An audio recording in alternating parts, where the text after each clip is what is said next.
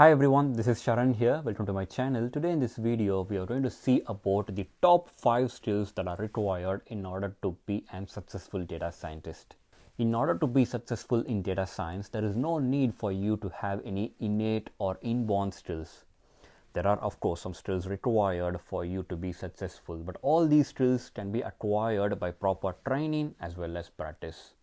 So in this video, let's go through the top 5 skills that I consider to be the most important based on my experience and how those skills will be helpful in your data science project. We will be going through some of the examples to see how they are actually being helpful, and I will also be talking about some of the techniques and methodologies that you can follow in order to improve these skill set as you gain experience in data science. So what experience do I bring in order to talk about the top skills that are required for a data scientist? I am a data scientist with 10 plus years of experience. I have authored 2 books in data science. I do write a lot of blogs. I do write on the Medium platform. Recently, as we speak, I have been ranked among the top 25 authors in the topic Artificial Intelligence on Medium.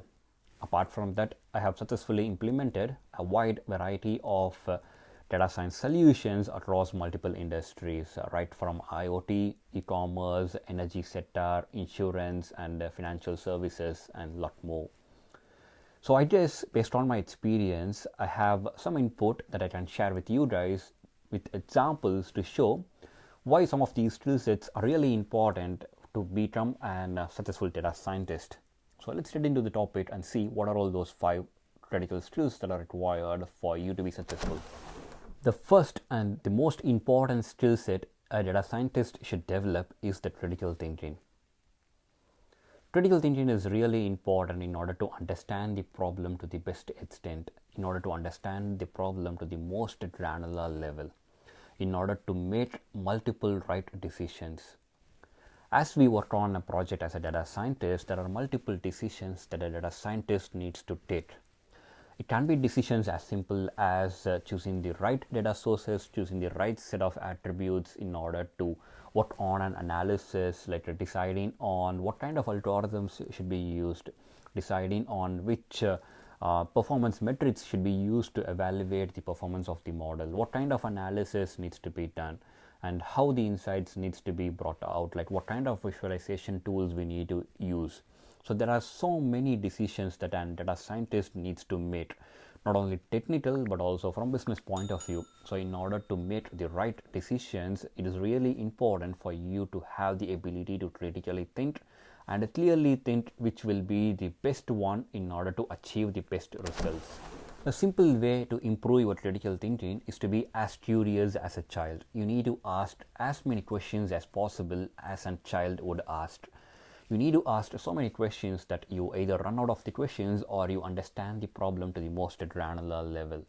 So once you understand the problem to the most granular level, then it will be easy for you to build a solution for the problem that you are solving.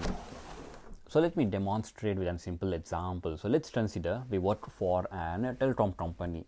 So we want to identify the list of customers who are most loyal as well as high worth individuals, so that the telecom company can work and ensure that all these customers do not face any issues. If they do face any issues, the telecom company can ensure that those issues are resolved at most priority within a quick time frame. So how do we approach this particular problem? So in order to identify the most important customers, what we need to do, we need to first understand what are all the different customer profiles, like what are all the different profile categories of customers using the platform or using the product. So what is the frequency with which the customer uses the product? What is the amount of time the customer spends? How much money the customer spend on the particular product? Do these customers have any issues in paying their bills? Have they skipped any payments? Have they delayed any payments? What is the customer lifetime value in using this particular product? What are all the other services that the customer might be interested in that is being offered by the telecom company? So these are all some of the questions that helps in best understanding the problem and to come up with the segment of customers who are most important, who are most valuable for the telecom company. So like how I explained, like in any data science problem that you are solving for, you need to first come up with the various sets of questions in order to understand the data, in order to understand the problem as such, so that you can come up with the best solution. There are some techniques that helps in critical thinking. For example, there is a technique called as first principles thinking.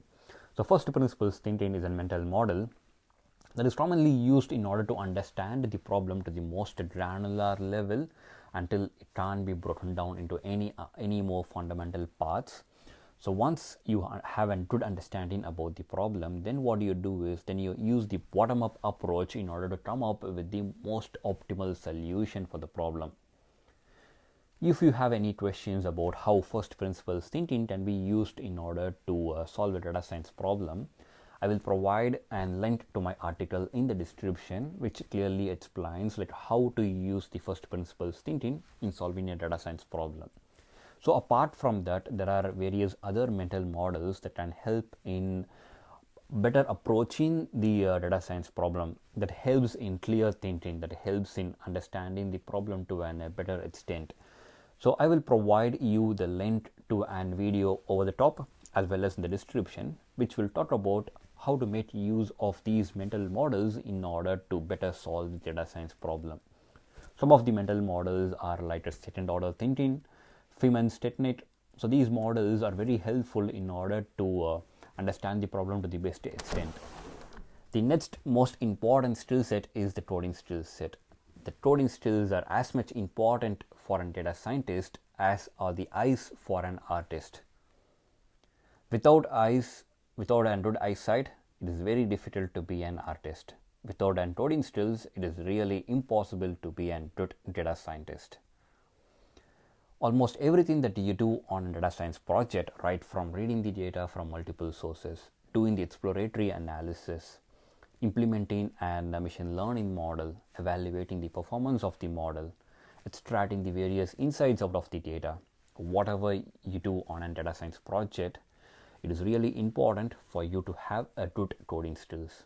It could be the coding skills in SQL, R, Python, or any other language, but you need to have a good programming skills in order to work on a data science project.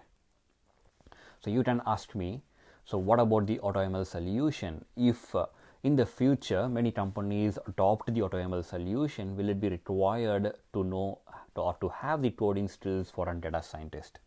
So let me simply explain with an example. Let's say there are two companies, company A and company B. Both of these companies are competing with each other. So both of them have access to the same advanced AutoML solution. So what they do, both these companies are using the AutoML solution in order to implement many data science problems. So now, let's say one company, like company A or company B, wants to outperform the other company. They want to stand out of the other company, or like they want to compete with the other company. So what they need to do, they need to do something different than the other company. So what they need to do is they need to work on some unique problems that are not solved by the AutoML solution in order to outperform the other company. So what I'm trying to say here is, with AutoML solution, there is no doubt in the future many projects right now being done by the data scientist will be easily and quickly done by the AutoML solution. But what it means is, it means that the data scientist team will have more time to focus on the other problems that so far had been neglected. So right now we are just solving the top 0.1% of business problems. So with the AutoML solution, many of the standard problems will be automated. For example, the sales forecasting, the customer churn problem, fraud prediction, all of these can be easily automated using the AutoML solution. So then the data science team will have a lot more focus to work on the other problems, which so far we have never been bothered to see what's happening.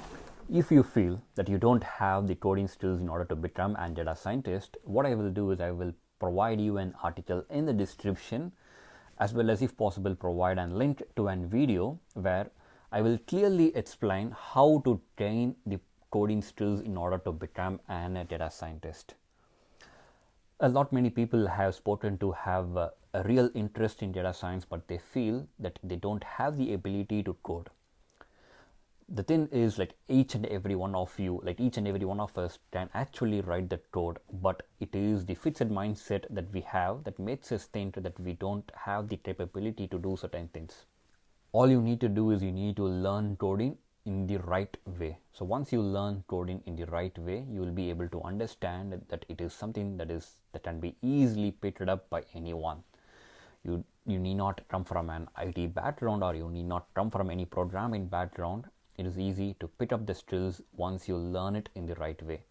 So in the article as well as in the video, I will explain about the right way of learning coding for data science.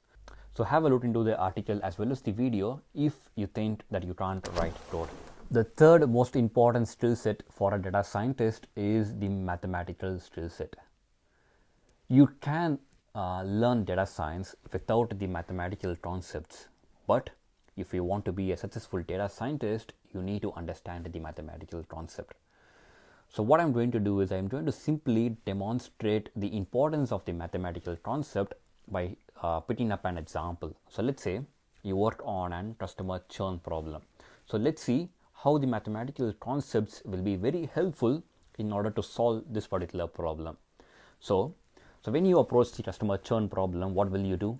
The first step would be to analyze the data. So you will be trying to pick up various samples of data to understand what are all the characteristics of those different samples of customers, like samples of data from different profile categories. So in order to pick up the various samples, you need to have a good knowledge about the sampling technique. So you need to have a good understanding about statistics and probability in order to understand the mathematical concepts behind those sampling technique, like how to come up with the right sample size. So let's say after doing the sample analysis, you want to move on to an extensive data analysis. You want to explore the data and come up with the various insights. So if you are working on a really large data set, you need to come up with most efficient way of writing the scripts in order to come up with all the insights. So in order to write an efficient script, or in order to perform an efficient analysis, you need to have the knowledge of linear algebra. That helps a lot in writing an better way of doing the data analysis, better way of performing the computations on your data. So next, after doing the data analysis, let's say you want to build a model in order to identify the various customers who are churning. So if you are using an algorithm based on gradient descent, if you have the knowledge about the calculus, it helps a lot in understanding the gradient descent algorithm, like how it works, how it helps in identifying the best solution.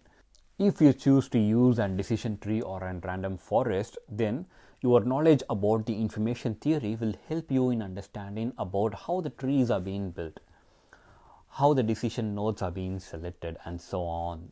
So mathematical concepts again helps in understanding the implementation of those models. So after identifying the algorithms that you are using in order to make the prediction, let's say you want to work on the parameter tuning depending upon the algorithm. So if you have a good knowledge about operation research and optimization, it helps a lot in identifying the right set of parameters that will work best for the algorithm. So after that, let's say you want to evaluate the various algorithm and you want to choose the best one. So in order to implement most efficient performance metric, again you need to have a knowledge about algebra. So as you see, right from the initial stage to the final stages of a data science project, the mathematical concepts is involved in each and every phase of a data science project. So you need to have a good knowledge in mathematics in order to understand the various concepts to a more deeper level, and hence you can actually make use of all those knowledge in order to come up with a better outcome or better results. So mathematical concepts are really important for a data scientist. When you start your journey in data science, maybe you can ignore some of the mathematical concepts, you can remain in the high level, but to be a successful data scientist, at some point in time, you need to understand the deep mathematical concepts in order to produce better results. The fourth most important skill required for a data scientist is the collaboration skill set. As a data scientist, it is required for you to collaborate and work with different teams. So let me take a simple example and show you why collaboration is really important for a data scientist in order to produce good results.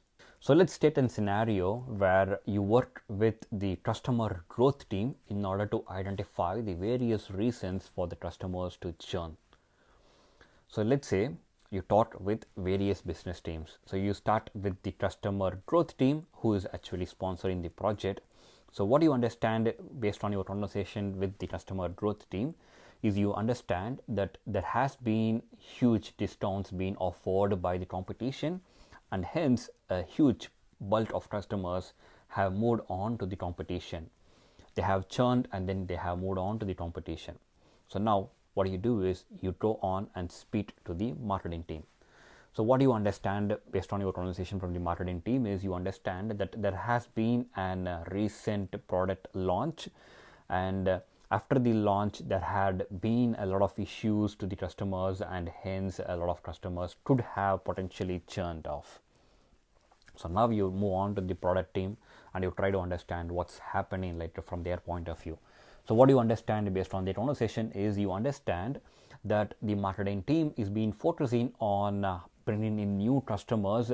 They bring in so much of new customers that they don't evaluate the profile of those new customers. They bring in many random new customers and they don't end up sticking onto the platform for a longer period.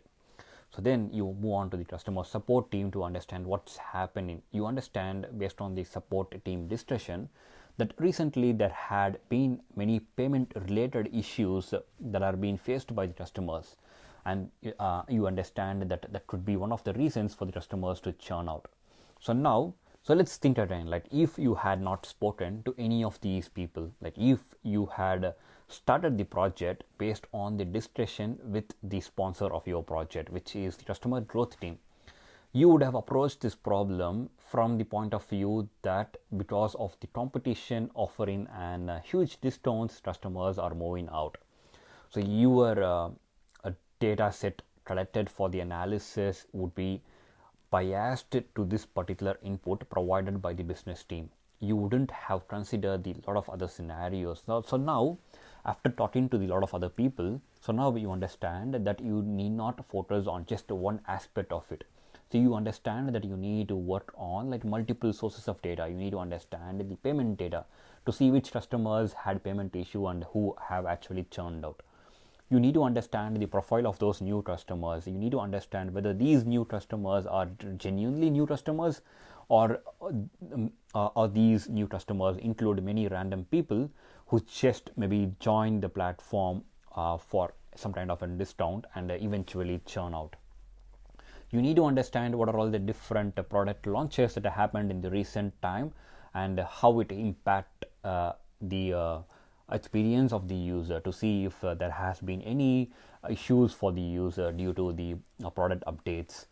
So after discussing with all these people, you understand that your data input needs to be much larger. It can't be just limited to the pricing as well as the pricing of the competition.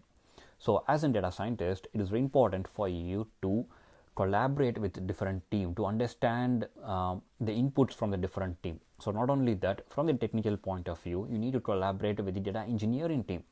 So data engineering team generally will be working on building the various data pipelines and building various features for the models. In many cases, of course, the data science team should build the various features, but there will be a good collaboration with the data engineering team as well as the software engineering team. So as a data scientist, you need to be open and you should be able to collaborate with different sets of teams. The fifth most important skill set for a data scientist is the communication as well as the storytelling capability. It doesn't matter how good your model is performing. It doesn't matter like how much accurate your model is. It doesn't matter what kind of insights you are able to produce or you are able to extract from the data. What matters the most is how well you are able to communicate to the business stakeholders, how clearly you are able to articulate the business problem. The issue with many data science problem is it is very complex to understand. A lot of business teams or business stakeholders don't have the appetite to understand the technical details involved in data science project. So it is the job of an data scientist in order to translate all these technical things into as simple as possible so that it can be easily understood by the business teams. So let me take a simple example to demonstrate why communication and storytelling is really important for a data science team. So let's take an example where you are working on an forecasting model. So you are working for an energy retailer and there are millions of customers, and you need to build an forecasting model to accurately predict the energy usage of all these customers.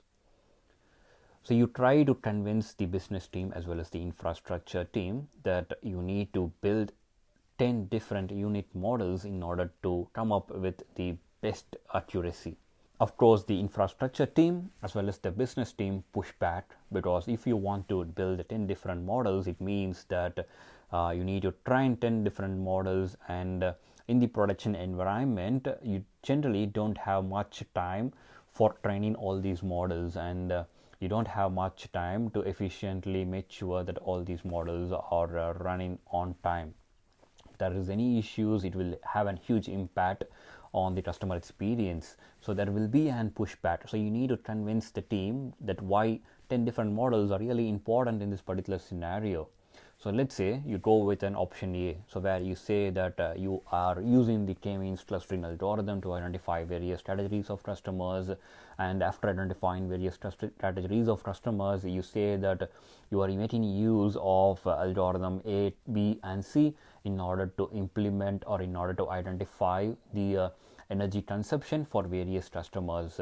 And you asked the business team to you asked for the business team to approve the requirement for building 10 different models. So here the issue is you are not able to clearly communicate the reason why you require 10 different models. So all you were talking about is the technical stuff, like how the clustering algorithm is being run, and how the different categories are being produced, and what kind of algorithms are need to be run. So you don't really convince why it is important to have the 10 different models. So maybe what you need to consider is you need to come up with a better communication or better storytelling. So what do? You say that you show the different profiles of customers, you show the different unit patterns that are present in the data. So you show some customers who are having high energy usage during the weekday, and there are some customers who have high energy usage during the weekend. There are some customers whom there is almost negligible energy usage during the daytime, but there is a spike in the energy usage during the evening time. So all these are different kinds of people, like some people who travel on most weekends, some people who work on most weekdays, and who generally use a lot of power during the weekends, and some people who are out of their home during the working hours and come back to their home in the evening and use the electrical appliances, and hence the energy usage goes up. So all these are different characteristics of users, and hence they exhibit different energy consumption patterns. So in order to come up with an accurate energy prediction, you tell the business team that you first identify all these different categories, and each of these categories should have its own model in order to ensure that the accuracy of those models are quite high. So now you are able to convince the business team, like you haven't used any technical terms, you haven't used any algorithms or like how the different clusters are identified. All you are explaining is why it is required to build 10 different models. So what I'm trying to say is you need to come up with an clear communication. This is just one example, like it could be anything. Like for example, if you are working on insights to identify the customer's churn, you need to come up with the final presentation which has a flow in it. So you need to come up with the various sets of visualization as well as various insights, and that needs to be a connection between each one of them, so that it becomes easy for the business team to understand. So the success of a data science project really depends upon the value that is being seen by the business teams. So it is really important for you to communicate well to the business teams to ensure that they understand that the analysis or the amount of work that you have done really provides value to them. So it actually depends upon like how well you are able to convince the business team. So having a good communication skill and having the storytelling ability is important for data science. So these are all the 5 important skills that are required for a data scientist in order to be successful. So apart from all these skills, the one additional ability that the data science team needs to have is the ability to manage the time. In some cases, what will happen is the data science team will be pulled across by multiple people. They will be pulled across for various questioning, for various clarification, and hence it is important for the data science team to understand when to say yes and when to say no. If you need to say no, you need to say no, and you need to focus on the problem that you are working on. In some cases, the data science team needs to have the ability to envision like what the future should look like. What will be the end of the analysis that you are working on? Like what is the end point where you want to reach? So these are some of the things that is required in order to be a successful data scientist. I hope this video helped you a lot in understanding the various skill sets that is required to be successful in data science. If you like what I'm doing here, please give a thumbs up and subscribe to my channel. If you think this video can be helpful to any of your friends, please feel free to share this video. So apart from all these data science topic, I also have a series about like learning data science in 100 days, where I explain about the various data science concepts that are really important in order to start your career in data science. If you know anyone who is interested in data science and wants to learn data science, please share the series with them. So that's it for now. See you in another video. Bye until then.